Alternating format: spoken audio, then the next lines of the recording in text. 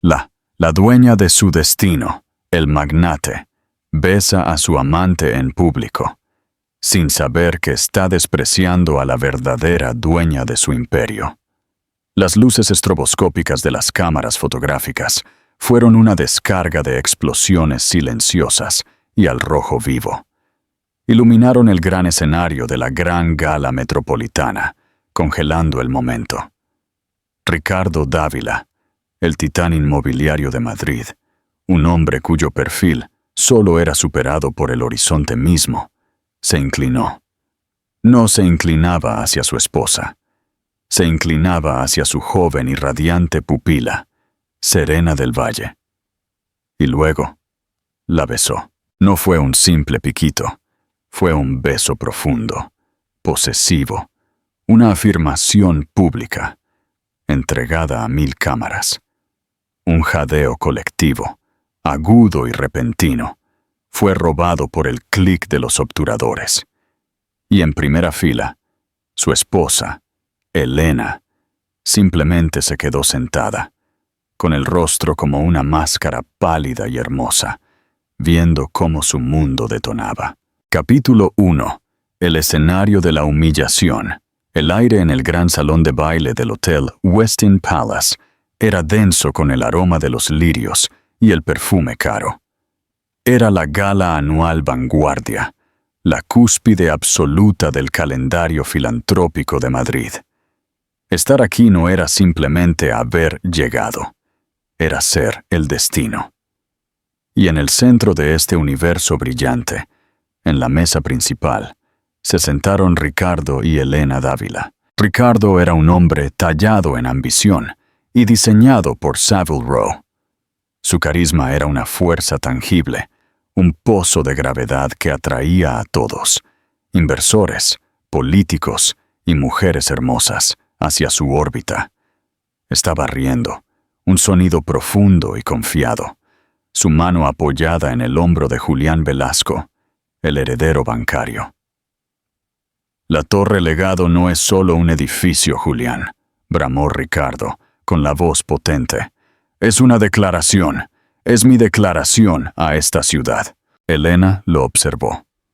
Lo había observado durante 12 años.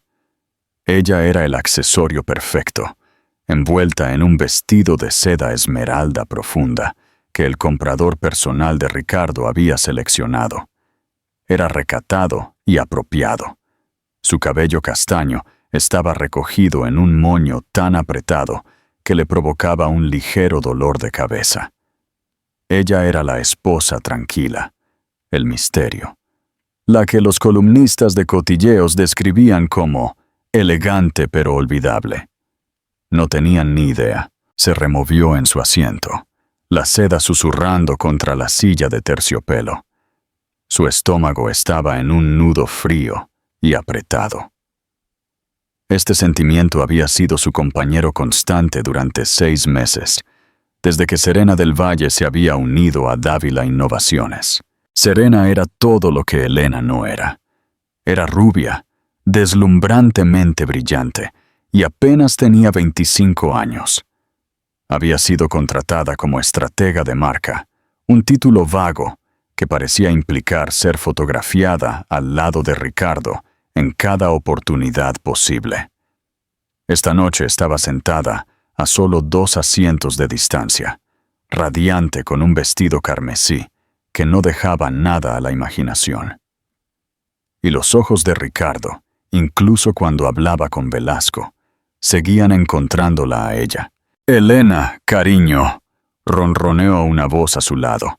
Era Genoveva Alonso, una dragona de la alta sociedad, cuyo esposo dirigía una firma rival. Te ves serena. Ricardo está de muy buen humor esta noche. Esa chica nueva, serena, qué ambición. Me recuerda a un Ricardo joven. El insulto velado aterrizó según lo previsto. Elena forzó una sonrisa pequeña y tensa. Ricardo siempre ha valorado la ambición, Genoveva. Es lo que construyó su imperio. Oh, su imperio, por supuesto, replicó Genoveva, con los ojos brillando. Qué maravilloso debe ser estar tan apoyada. Elena simplemente bebió su agua. El cristal era pesado y frío contra sus labios. Ella sabía lo que todos pensaban, que era una don nadie, una mujer tranquila y ratonil, con la que se había casado antes de convertirse en el Ricardo Dávila. Pensaron que se aferraba a él, una beneficiaria de su genio. La verdad era un secreto pesado y frío que había guardado durante más de una década. Su mirada se dirigió de nuevo a su esposo. Él se inclinaba para escuchar algo que Serena estaba diciendo, su cabeza baja, su proximidad íntima y chocante en su informalidad. Serena rió, colocando una mano perfectamente manicurada en su antebrazo. Se quedó allí. Elena sintió que la sangre se le escurría del rostro. No eran solo los susurros. No eran solo las noches que él había justificado como sesiones de estrategia. Era esto, la arrogancia pura y descarada. Hacerlo aquí, frente a Julián Velasco, frente a Genoveva Alonso, frente a ella. Un camarero apareció, silencioso como un fantasma, para retirar su plato de aperitivo intacto. Ella lo observó, un hombre anónimo haciendo su trabajo, y sintió una punzada repentina y aguda de envidia. El anonimato, la libertad. Ricardo finalmente se puso de pie, golpeando su copa para llamar la atención. La sala, un mar de diamantes y corbatas negras, se calmó lentamente. Amigos, colegas, visionarios, comenzó, su voz amplificada por el micrófono. Era dueño de la sala, como era dueño de todo. Esta noche, celebramos no solo la filantropía, sino el progreso. Celebramos el futuro. Dávila Innovaciones se enorgullece de anunciar nuestra nueva fundación benéfica, una promesa de 1.000 millones de euros para remodelar el horizonte de oportunidades para la juventud de esta ciudad. Un aplauso educado, luego atronador. Elena aplaudió, sintiendo un escozor en la mano. Conocía esta fundación. Había sido idea suya, una forma de canalizar su inmensa riqueza. Él la había descartado hacía 3 meses como tonterías sentimentales. Esta compañía, continuó Ricardo, fue construida de la nada, a partir de una idea que tuve en un pequeño apartamento del centro. Fue construida con agallas, con visión y con una negativa incesante a aceptar un no. El dolor de cabeza de Elena se intensificó. Su idea, sus agallas. Sintió el sabor metálico repentino de la amargura en su boca. Pensó en su padre, un hombre tranquilo que había construido Industrias Tormes, un imperio manufacturero en el norte de España. Un hombre que había muerto demasiado joven, dejando a su hija de 22 años, entonces estudiante de Historia del Arte, una fortuna tan vasta que la aterrorizó. Una fortuna que había aprendido a gestionar, a hacer crecer, y lo más importante, a ocultar. Pero ningún hombre construye solo, dijo Ricardo, sonriendo esa sonrisa de 1 millón de euros. Necesitas un equipo. Necesitas personas que compartan la visión, personas que no tengan miedo de superar los límites. Esto era. Elena sabía lo que se avecinaba. Agradecería a su director de operaciones, Javier Montes, un viejo amigo de su padre y la única otra persona en esta sala que conocía la verdad. Agradecería a la junta directiva. Podría, si tenía suerte, darle un asentimiento superficial. Y en el último año, dijo Ricardo, su voz suavizándose, he tenido la suerte de encontrar un nuevo tipo de visionario, alguien que me ha inspirado, me ha reenergizado, alguien que entiende lo que significa construir un verdadero legado. Se giró, con el brazo extendido, no hacia su director de operaciones, no hacia la junta directiva y ciertamente no hacia su esposa. Únanse a mí para dar la bienvenida a la nueva cara de la Fundación Dávila y al futuro de nuestra marca, Serena del Valle. La sala quedó atónita en un silencio momentáneo. Esto no era solo un anuncio, era una coronación. Serena del Valle se levantó de su asiento, una imagen de humildad fingida que no engañó a nadie. El vestido carmesí pareció brillar bajo el foco que la encontró al instante. Caminó hacia el escenario, no como una empleada, sino como una reina reclamando su trono. Ricardo la tomó de la mano, llevándola al centro. «Serena», dijo, su voz llena de una emoción que era nauseabundamente genuina. «Me ha mostrado cómo es la verdadera pasión». Elena observó. Inmóvil, el salón de baile, con sus 500 invitados, había dejado de existir. Solo estaba el escenario, un cuadro brillantemente iluminado de su humillación. Podía sentir la mirada de Genoveva Alonso sobre ella, aguda como un golpe físico. Podía sentir a Javier Montes, sentado más abajo, irradiando una energía silenciosa y furiosa en su dirección. «Y así», declaró Ricardo, con el brazo alrededor de la cintura de Serena, «quiero sellar esta nueva sociedad, esta nueva visión». Estaba enardecido por los aplausos, por el poder, por la audacia de su propia traición. Miró a Serena, quien lo miró con adoración sin disimulo, y luego se inclinó. Capítulo 2. La amputación. El beso. Fue el pop, pop, pop de los flashes lo que rompió el hechizo.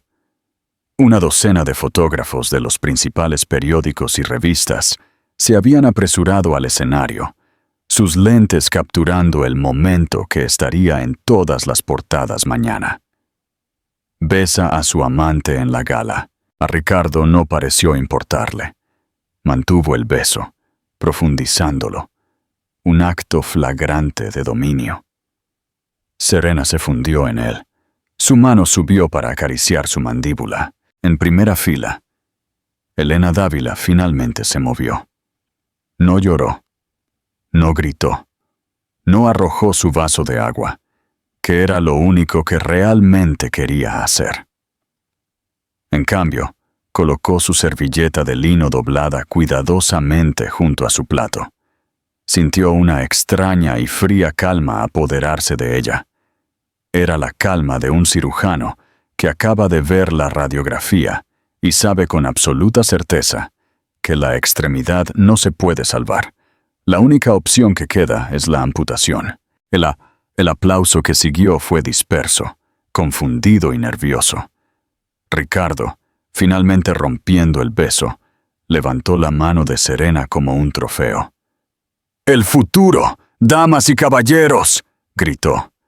Se giró, radiante, y sus ojos finalmente encontraron a su esposa. Esperaba. ¿Qué lágrimas? ¿Una sonrisa de apoyo y dolor? No vio ninguna de las dos cosas. Elena se encontró con su mirada a través de la abarrotada sala. Su expresión era completamente vacía. Era un vacío tan profundo que era más aterrador que la rabia. Ella sostuvo su mirada durante 1, 2, 3 segundos. Luego, en un solo movimiento fluido, se puso de pie. No corrió. No se marchó dando un portazo. Le dio la espalda al escenario, a su esposo y a la vida que había tolerado. Comenzó a caminar, su postura perfecta, sus pasos uniformes y sin prisas, a través del mar de rostros conmocionados y susurrantes. Caminó junto a Julián Velasco, que parecía completamente desconcertado. Caminó junto a Genoveva Alonso, cuya mandíbula, por primera vez en la memoria, estaba caída. La sonrisa de Ricardo flaqueó. Su expresión triunfante se convirtió en confusión, luego en un destello de ira. «¡Elena!», gritó, su voz por primera vez, insegura a través del micrófono. Ella no se detuvo. No miró hacia atrás. Empujó las grandes puertas del salón de baile. El sonido de la voz de su esposo y los murmullos de la sociedad madrileña ahogados, mientras el pesado roble se cerraba suave y definitivamente tras ella. Afuera, en el pasillo, el aire era benditamente fresco. Ella respiró hondo por primera vez en la noche. Se sintió como si sus pulmones se estuvieran expandiendo por primera vez en una década. Su mano, que había estado perfectamente firme, comenzó a temblar. Sacó su teléfono de su bolso de mano, no para llamar a un coche, no para llamar a un abogado. Todavía no. Tenía que hacer una llamada. Encontró el número y marcó. «Javier», dijo, su voz baja y clara, aunque los temblores ahora sacudían su cuerpo. Lo hizo. Realmente lo hizo. Hubo un suspiro pesado en el otro extremo. «Lo vi, Elena. Estoy justo detrás de ti». «¿Cuál es el protocolo?» «El protocolo es tierra quemada», replicó Elena. La frialdad regresó, congelando los temblores en su voz. «Llama a Alistair. Dile que liquide mis participaciones personales en el fondo de Caimán. Quiero la liquidez para mañana por la mañana. Y programa la reunión de emergencia de la Junta. 10 de la mañana del lunes. Es hora de que finalmente conozcan a la verdadera inversora». Capítulo 3. El secreto del acero. Para comprender cómo una mujer como Elena podía ser borrada tan completamente de su propia vida, había que entender a los Tormes. Los Tormes no eran como los Velasco o los Botín. No eran dinero nuevo, como Ricardo. Eran dinero tranquilo, industrial, del norte de España. Fabricaban el acero que construía los rascacielos, las turbinas que alimentaban las ciudades. No ponían sus nombres en los teatros de ópera, los ponían en rodamientos y placas de circuitos. Arturo Tormes, el padre de Elena, había despreciado el brillo ostentoso de la sociedad madrileña. Había educado a su hija para que fuera inteligente, meticulosa y, sobre todo, invisible. El hombre más ruidoso de la sala, Eli, solía decir, es siempre el más débil. El verdadero poder no necesita anunciarse. Cuando murió de un aneurisma repentino, Elena, de 22 años, entonces estudiante de Historia del Arte en la Universidad Complutense, heredó la totalidad de Industrias Tormes y su laberíntico fideicomiso, valorado en poco más de 4.000 millones de euros. Estaba aterrorizada. Estaba perdida. Y entonces, 6 meses después, conoció a Ricardo Dávila. Era un arquitecto en apuros, brillante y hambriento de ambición. Tenía diseños para edificios que desafiaban la gravedad, pero ni un euro a su nombre. Era deslumbrante. No sabía quién era ella. Para él, ella era solo Eli Tormes, una estudiante tranquila que trabajaba a tiempo parcial en la biblioteca universitaria. Ella se enamoró, no de su encanto, sino de su impulso. Él veía el mundo no como era, sino como podía ser. Él era el arquitecto. Ella, creía, podría ser la benefactora silenciosa. Quería que la amara a ella, no a la fortuna Tormes. Así que ideó un plan. Utilizando al antiguo abogado de su padre, horriblemente leal, Alistair Finch, creó un fantasma. Establecieron Aegis Holdings, una firma de capital privado con sede en un paraíso fiscal, con sus fondos canalizados a través de una serie de cuentas offshore. Era impenetrable.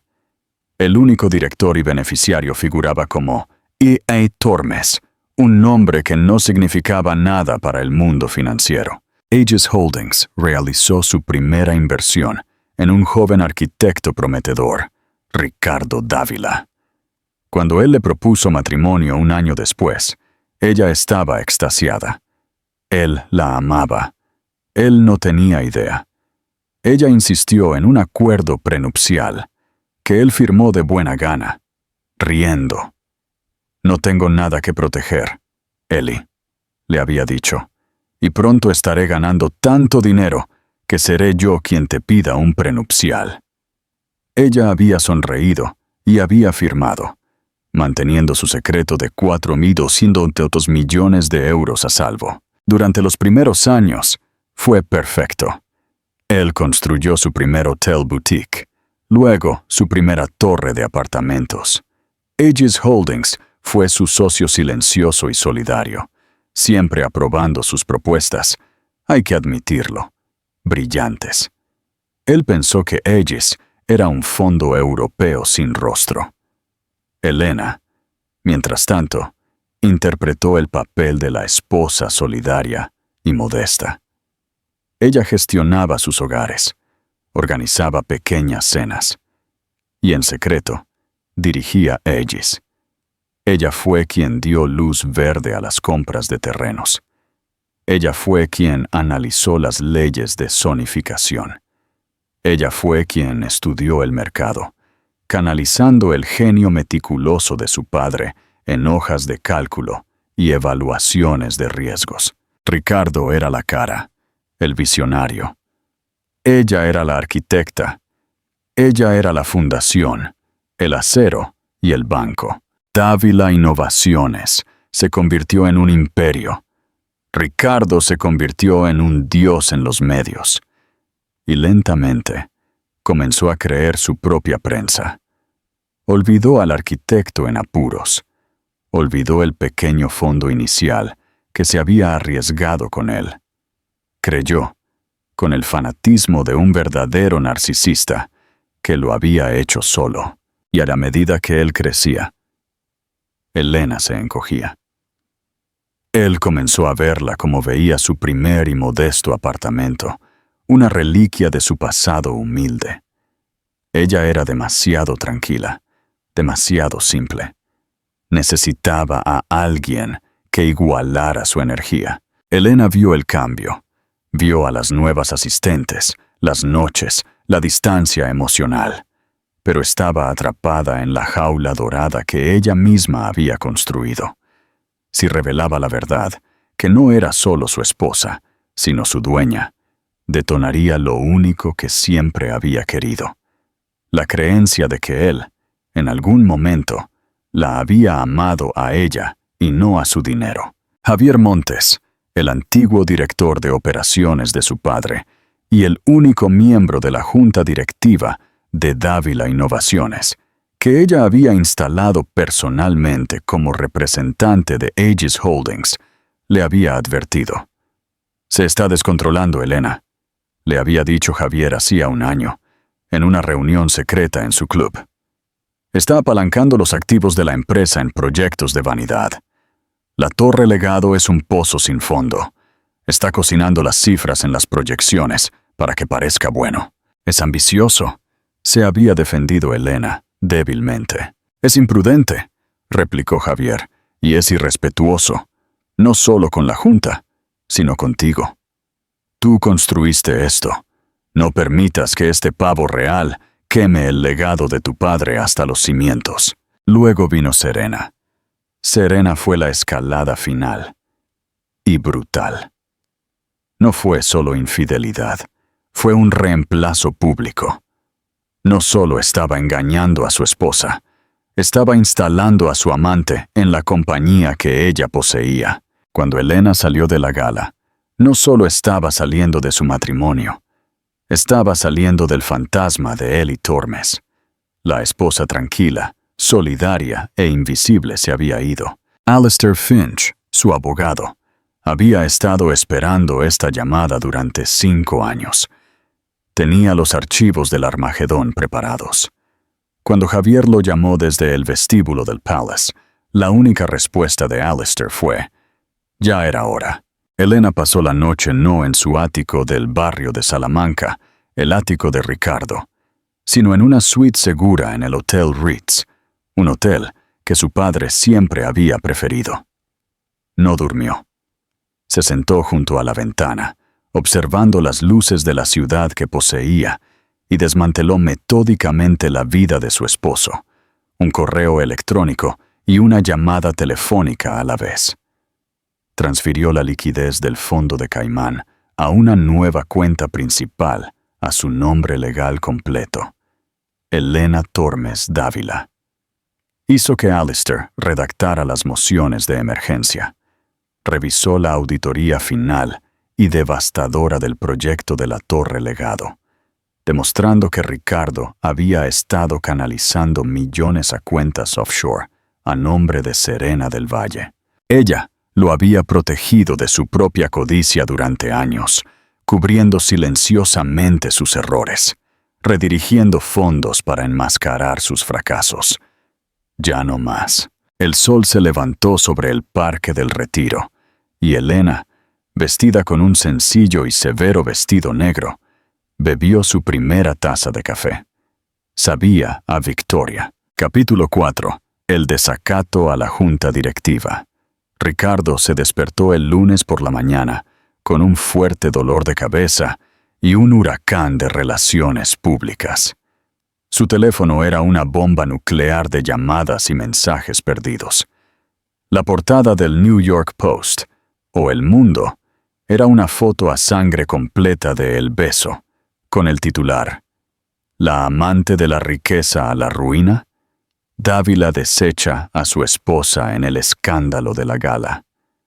Vanity Fair tenía un artículo en línea titulado: La silenciosa señora Dávila finalmente habla al marcharse.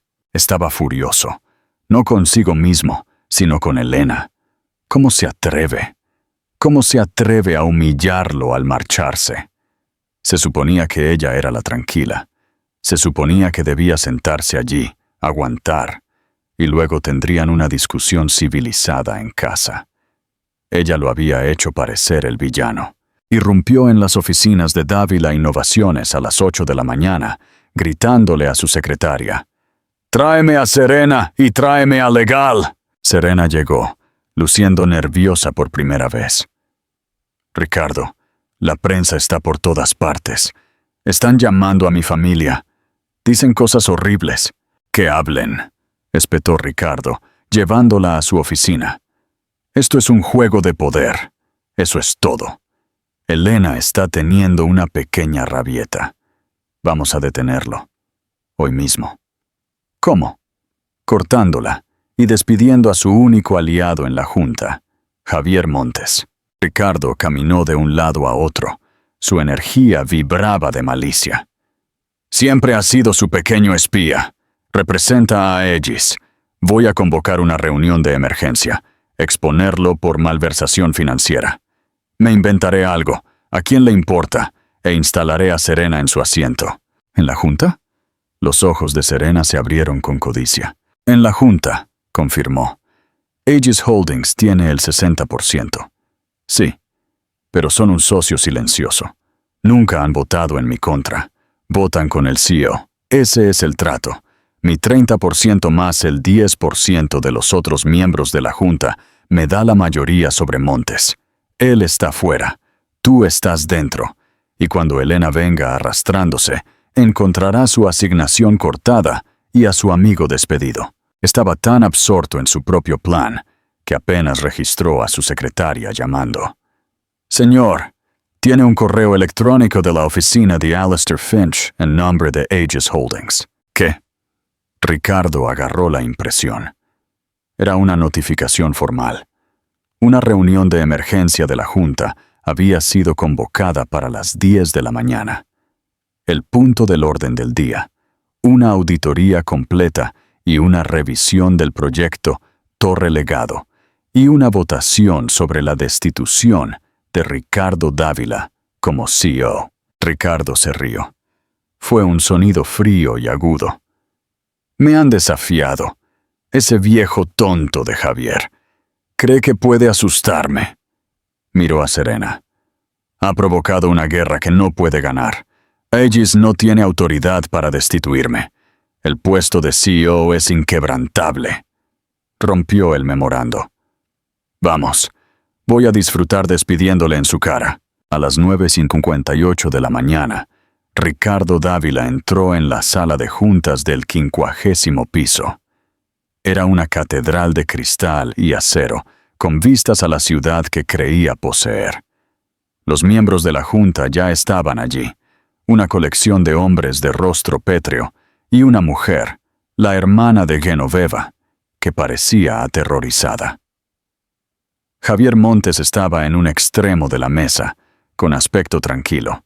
«Javier», dijo Ricardo, con la voz goteando con descendencia, mientras tomaba asiento a la cabecera de la mesa. «Un movimiento audaz. ¿Convocar una reunión para derrocarme? ¿Olvidaste quién soy? ¿Olvidaste quién firma tus cheques?» «Sé exactamente quién eres, Ricardo», dijo Javier, con voz uniforme. «Y sé exactamente quién firma los cheques.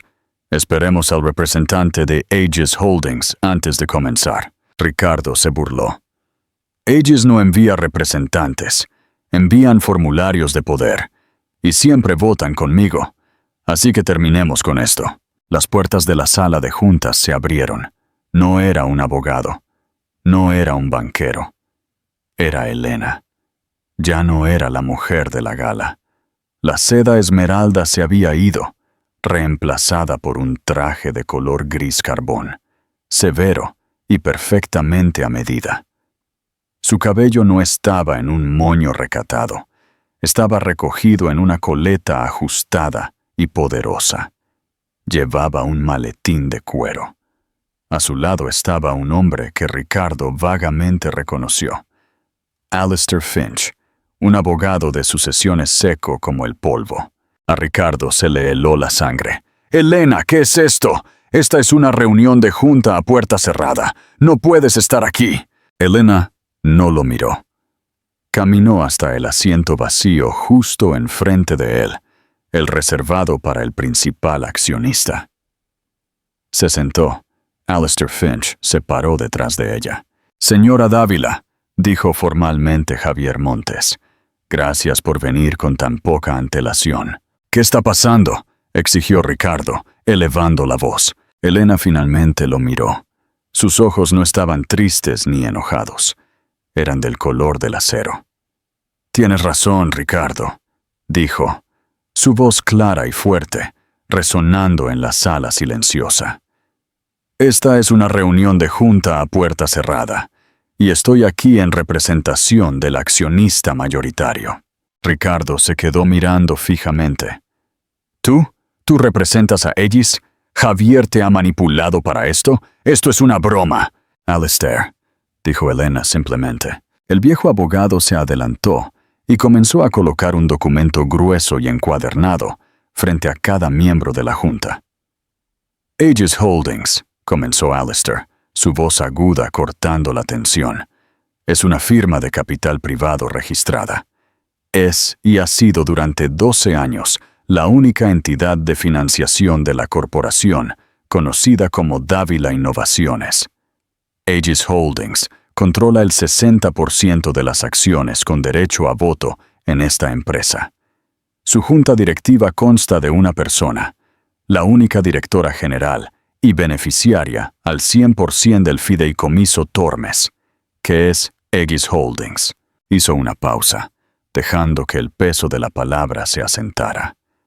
«Damas y caballeros de la junta directiva», dijo Alistair, «permítanme presentarles formalmente a su inversora, la señora Eleanor Tormes Dávila».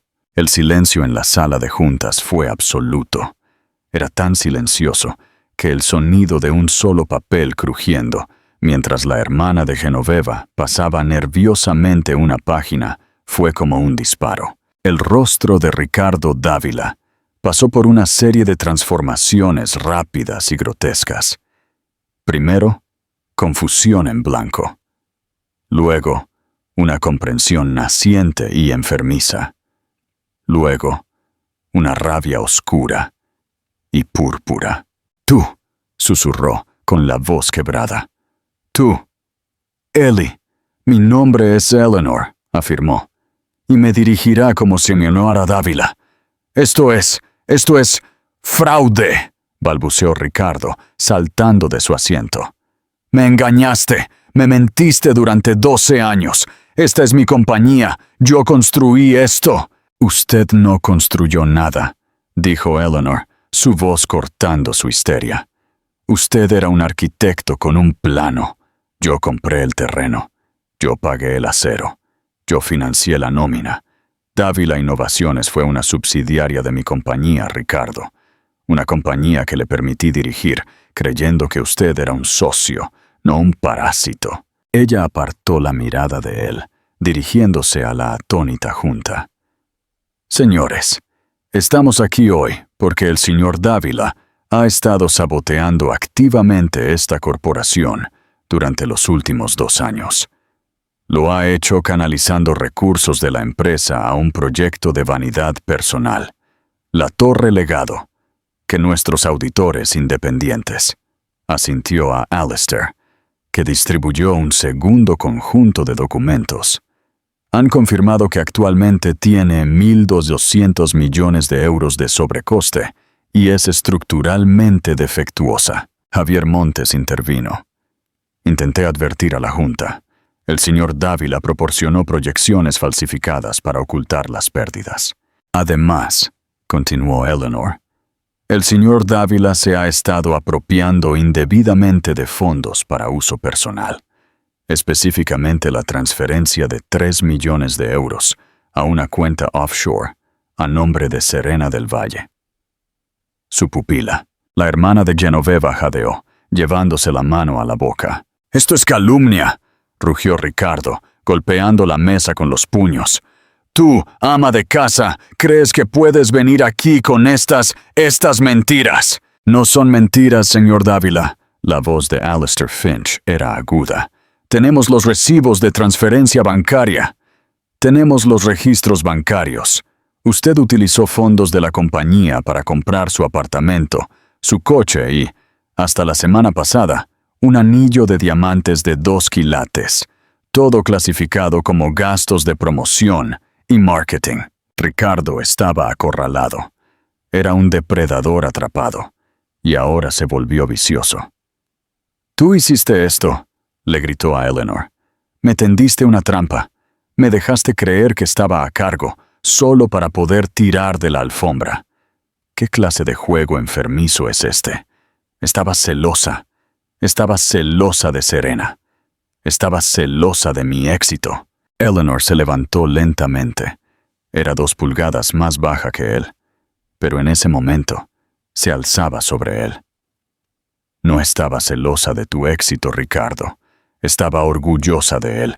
Yo lo financié. Yo lo celebré. Hice todo de forma anónima porque era una tonta. Fui una tonta que creyó que me amabas y que mi dinero envenenaría eso». Su voz era de hielo. «Pero no necesitaste mi dinero para envenenarte. Tu ego hizo eso por sí solo. Me faltaste al respeto en privado durante años. Lo toleré. Me menospreciaste. Me manipulaste. Me hiciste sentir pequeña. Lo toleré. Pero el sábado por la noche, faltaste al respeto al legado de mi padre. Utilizaste la compañía que él construyó para humillarme públicamente y coronar a tu amante. Y eso, Ricardo, eso no lo toleraré». Miró a la Junta. «El orden del día de esta reunión es una votación para destituir a Ricardo Dávila como CEO, con efecto inmediato, por negligencia grave, malversación de fondos e incumplimiento del deber fiduciario. Javier, por favor, procede a la votación». «Espera», chilló Ricardo, su compostura completamente destrozada. Estaba sudando a través de su costosa camisa. «No puedes. Las acciones, mi 30%. «Tu 30%, Alistair interrumpió. «No fue ganado, señor Dávila. Fue un regalo de acciones de Aegis Holdings. Un regalo que, según la cláusula clave en su contrato de empleo, se pierde al ser despedido por causa justificada. Usted, Ricardo, no posee nada. Nunca lo hizo». Ricardo miró los rostros alrededor de la mesa. No eran sus aliados. Eran inversores en un barco que se hundía, y Eleanor acababa de arrojarles el único salvavidas. ¿Todos a favor de la moción para destituir a Ricardo Dávila?, preguntó Javier. La mano de Eleanor se levantó. La mano de Javier se levantó. La mano de la hermana de Genoveva se levantó. Uno por uno, todos los demás miembros de la junta levantaron la mano. Fue unánime. Ricardo miró a Elena, su rostro pálido, sus ojos muy abiertos con un odio primario aterrador. «Tú, bruja, no te saldrás con la tuya. Te destruiré». «¿Decirles qué, Ricardo?», preguntó Eleanor, recogiendo su maletín. ¿Decirles que no soy una simple esposa? ¿Decirles que soy yo la que tiene el dinero? Por favor, me estarías haciendo un favor. Hizo un gesto a los dos grandes guardias de seguridad que acababan de aparecer en la puerta. El señor Dávila está invadiendo la propiedad. Acompáñenlo fuera de mi edificio. Los guardias de seguridad, ambos hombres imponentes que generalmente manejaban disputas sindicales en las obras de construcción, se movieron hacia Ricardo. «¡No me toquen!», gritó, retrocediendo. «Esta es mi oficina.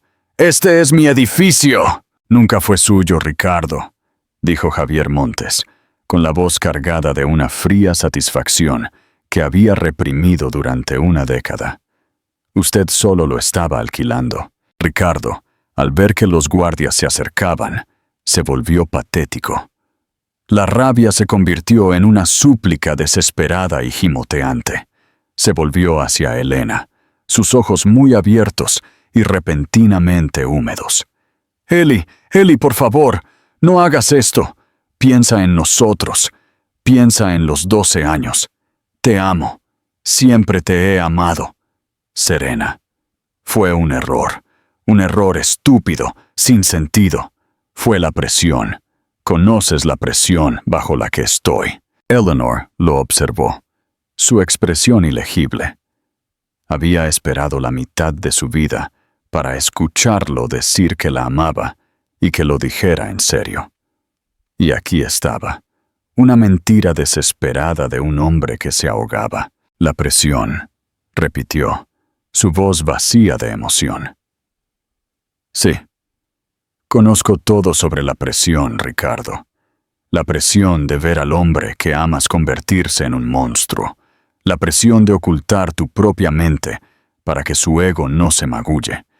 La presión de saber que una palabra mía podría haberte puesto fin en cualquier momento y no decirla». Ella negó con la cabeza. «Se acabó. Sáquenlo». «No», chilló mientras los guardias lo agarraban de los brazos. «No puedes. Te demandaré. Yo». Las puertas de la sala de juntas se abrieron de nuevo. Esta vez era Serena. Debió haber oído los gritos desde la oficina de Ricardo por el pasillo. «Ricardo, ¿qué está pasando? ¿Quiénes son estos hombres?». Vio a Elena y su rostro se contorsionó en una sonrisa triunfal. «Oh, estás aquí. ¿Viniste a rogarle que te aceptara de nuevo? Es demasiado tarde, querida. Ricardo y yo...». «¡Cállate, idiota!», rugió Ricardo, luchando contra los guardias. «No tienes idea de lo que has hecho». La sonrisa de Serena se desvaneció, reemplazada por la confusión.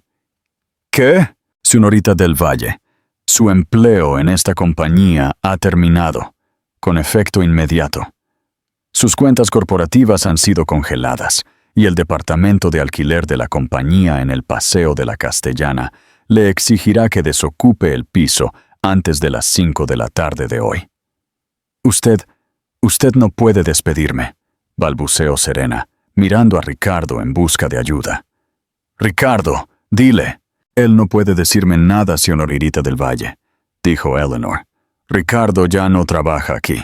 El color se escurrió del rostro de Serena, mientras finalmente comprendía. Ella no era la reina. Ella era la bufona. Y el espectáculo había terminado. «Pero la fundación», susurró. «La gala. Él me lo prometió». Le prometió cosas que nunca fueron suyas para dar, dijo Elena. Hizo un gesto a los guardias. Saquen a los dos. La conmoción fue rápida. Ricardo, al darse cuenta de que sus súplicas eran inútiles, volvió a la rabia. Pateó y maldijo. Una andanada de viles insultos dirigidos a Elena, a Javier, a su padre. «Estarás en bancarrota en un año, estúpida». La puerta se cerró de golpe, interrumpiéndolo. La sala de juntas del piso 50 estaba en silencio una vez más. Eleanor soltó un aliento que sintió que había estado conteniendo durante 12 años. Se hundió en la silla a la cabecera de la mesa. Su silla. Los miembros de la junta la miraban, una mezcla de asombro, miedo y profundo respeto en sus rostros. «Bueno», dijo la hermana de Genoveva en el silencio. «Eso fue minucioso». Eleanor logró una sonrisa pequeña y cansada. «Mis disculpas, damas y caballeros. Prefiero un estilo de gestión más tranquilo. Esto fue una limpieza de la casa desafortunada, pero necesaria». Javier Montes se aclaró la garganta. «La moción prospera. Ricardo Dávila es destituido. Eso deja el asiento de CEO y presidenta vacante». Miró a Elena. «La junta está preparada para aceptar nominaciones». Alistair Finch se adelantó. «Nomino a Eleanor Tormes Dávila como CEO interina y presidenta permanente de la junta directiva». «Secundo la moción», dijo Javier al instante. «¿Todos a favor?» Todas las manos se levantaron. «Está decidido entonces», dijo Javier. «Felicidades, señora presidenta». Eleanor miró por la ventana. El horizonte de la ciudad, su horizonte, se extendía ante ella. La torre Legado, a medio construir y envuelta en andamios, era un testimonio del legado de su esposo. «Gracias», dijo. «Ahora, si me disculpan, tengo que llamar a nuestro jefe de demolición. Es hora de derribar ese edificio hasta el acero y empezar de nuevo, de la manera correcta». Epílogo. La arquitecta de su vida. 3 meses después, el cartel fuera del edificio no decía Dávila Innovaciones. Decía simplemente Grupo Tormes. La oficina del piso 50, que alguna vez fue una caverna de caoba oscura, cuero negro y retratos de autosatisfacción de Ricardo, ahora era irreconocible. Eleanor la había vaciado. Ahora era abierta, aireada y llena de luz, cristal y planos para proyectos que eran innovadores, sostenibles y, sobre todo, rentables. El escándalo de la Torre Legado había sido brutal. La prensa se había dado un festín con la venganza de la esposa desairada. Ricardo, fiel a su palabra, había intentado destruirla.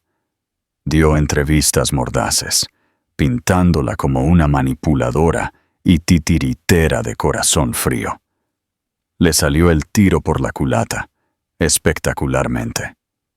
Cuando Alistair Finch, en nombre del Grupo Tormes, publicó la auditoría forense completa, la malversación, el fraude, las cuentas offshore a nombre de Serena, la narrativa cambió. Ricardo no era una víctima, era un estafador. Serena fue el hazmerreír. Ricardo ahora se estaba ahogando en demandas, no solo de la Junta, sino de contratistas, prestamistas y la CNMV. Su 30% de las acciones no valían nada, reabsorbido por la empresa. Lo había perdido todo. Lo último que Elena había oído fue que vivía en un apartamento alquilado en las afueras de Madrid, tratando desesperadamente de encontrar un bufete de abogados que aceptara su caso. Eleanor, mientras tanto, se había convertido en una leyenda. La señora Dávila silenciosa ya no estaba en silencio. Ella era la matriarca de Madrid, la titán Tormes. Forbes la había puesto en la portada, detallando la historia de la fortuna oculta de miles de millones de euros y la mujer que había dirigido un imperio desde su sala de estar. Se sentó en su nuevo escritorio, firmando los planos finales para el proyecto de la Torre Recuperación. Estaba siendo rediseñada como una vivienda de ingresos mixtos y una incubadora de tecnología verde. Era un proyecto del que su padre habría estado orgulloso. Javier Montes, ahora su director de operaciones oficial, llamó y entró. «Señora Presidenta, los papeles del divorcio. El decreto final acaba de llegar del juez». Colocó el documento en su escritorio. Ella lo miró. Dávila contra Dávila. Estaba hecho. Ella era, a los ojos de la ley y del mundo, completamente su propia persona. «Gracias, Javier», dijo, firmando el acuse de recibo. «Está impugnando el acuerdo prenupcial, por supuesto», dijo Javier. «Alega angustia emocional y coerción». Eleanor se rió.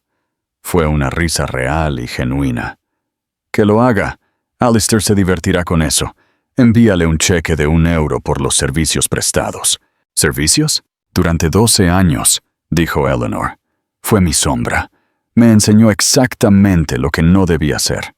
Eso vale algo». Javier sonrió. «Bueno, los nuevos arquitectos están aquí para la reunión de las 2 p.m. y Genoveva Alonso está en el vestíbulo.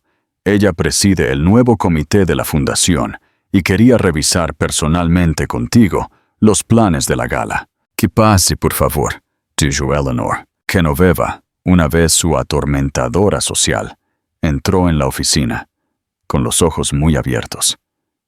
«Eleanor, esta sala es impresionante. Me gusta la luz», dijo Eleanor simplemente, poniéndose de pie para recibirla. «A todos nos gusta», dijo Genoveva, con la voz teñida de un respeto nuevo y genuino. «A todos nos gusta». Después de la reunión, Eleanor se quedó sola junto a la ventana. Pensó en aquella noche en la gala. La humillación, el nudo frío de miedo, los flashes. Había entrado en ese salón de baile como la esposa de Ricardo Dávila, un accesorio, un fantasma. Salió como Eleanor Tormes. Ella no había querido esta pelea. Nunca había querido ser el centro de atención. Solo había querido un socio. Pero Ricardo, en su arrogancia infinita, le había dado otra cosa. Había intentado romperla. En cambio, la había liberado. Miró hacia la ciudad. No era solo el horizonte, era un lienzo. Y por primera vez en su vida, ella sostenía el pincel. Ya no era la inversora silenciosa. Ella era, y siempre había sido, la arquitecta, llamada a la acción final. La historia de Eleanor Tormes es un recordatorio brutal, impactante y, en última instancia, empoderador de que la persona más silenciosa de la sala es a menudo la más poderosa. Ella no solo recuperó su vida, sino que recuperó su nombre, su legado y su identidad. Ricardo intentó robar su compañía. Intentó robar su nombre. Pero él le dio, en su arrogancia ciega, lo único que ella nunca supo que le faltaba: su voz. ¿Pero qué piensas tú? ¿La década de silencio de Elena fue una protección necesaria o un error que permitió que un monstruo creciera? ¿Qué habrías hecho si hubieras estado en su lugar? Déjame saber tu opinión en los comentarios a continuación. Si te cautivó esta historia de traición y venganza increíble, por favor, dale a me gusta a este video. Realmente ayuda al canal. Y lo más importante, suscríbete y toca la campana de notificación. No querrás perderte la próxima historia que descubramos.